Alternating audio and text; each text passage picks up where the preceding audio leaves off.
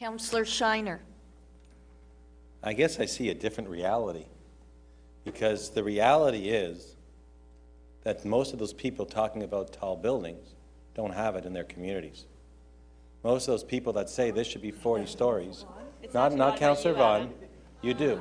It's not about you, believe it or not. You didn't speak, Councillor. Those that have spoken today don't have it. They have lower rise buildings. Those that say the reality is that the OMB can don't understand what we're trying to do here. Those that say the reality is we can deal with it later, that isn't really what the truth is. I hear by capping it at 40 stories, you're creating urban sprawl. I've never seen 40 stories create urban sprawl. Now, I think most people have made up their minds here, but I really think it's important to emphasize what's happened in this area and why the councillors moved it. We all know what happened with Minto. We know the backlash in the community and the way that people there felt that they were not properly dealt with by the Toronto City Council. And I supported the Minto application. But they just felt that they had done a lot of work and yet something else went in place that they didn't want. In this case, there's been a lot of work with the community over a lengthy period of time to determine what's appropriate on the site. And they're supporting 40 stories here. They're not appealing it. And I think that's to the credit of the local councils that they have it. What they're afraid of is it'll be bigger.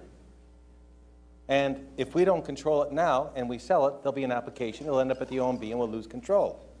So then I hear it's not enough, it's a major corner, there's light rail systems. Well, with all the talk here today, of course, I'd be afraid too.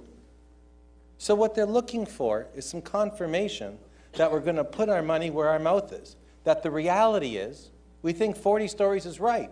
Because if we don't, we shouldn't be approving it at 40 stories. If you don't think 40 stories is enough, move that you approve it at a higher height now. But don't go ahead and tell people we're going to put it in 40 stories, but we won't put any methods at our disposal to lock it in there. Now, strata works, because we had a piece of property in the ward I represent near the Shepherd subway that was supposed to be lower rise. We were putting it up for sale, and we said, strata, 12 stories.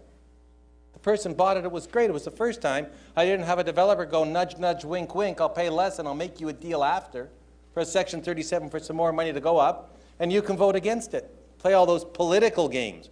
We're not here just for politics. We're here to represent the communities. And what the two local councillors have said is they've been out there, they've done their job. Politics isn't misrepresenting things to people. Politics is being straight with them, and that's what most of us are. That's what we want this council to be. So I say if you want to be straight with them, then allow the strata agreement to go forward. And if you want to lift it, you can amend it later. If you're not being straight with them, then don't vote for the strata agreement. Because then you can change it, and we can say it's not our fault, and it can go to the OMB, and you haven't put the controls in place that you have a chance to do.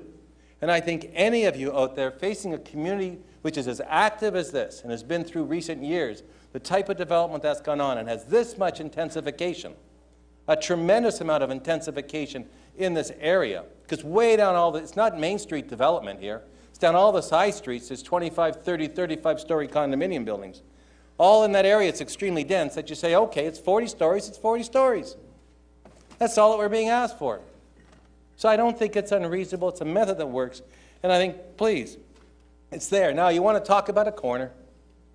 We allowed Councillor Fillion, who had a motion here, at the corner of Yonge and Shepherd, where it was supposed to be a commercial site.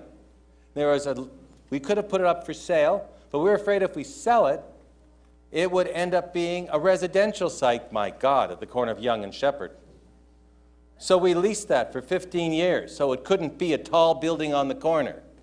Geez, why is it okay then to go ahead and cap something at a little small, little 3-4 story industrial or commercial building on one corner? You go down a few main streets and you're saying 40 stories isn't enough. That was meant to protect the community, so we had some control, and that's what this is. I think it's reasonable. I think the councillors are asking for us to support them. I think they've worked hard in their community. It's not the greatest thing in the world, but it gives them at least a little bit of surety where they can go back and say we've done our best. And I have no problem trying to do that for them.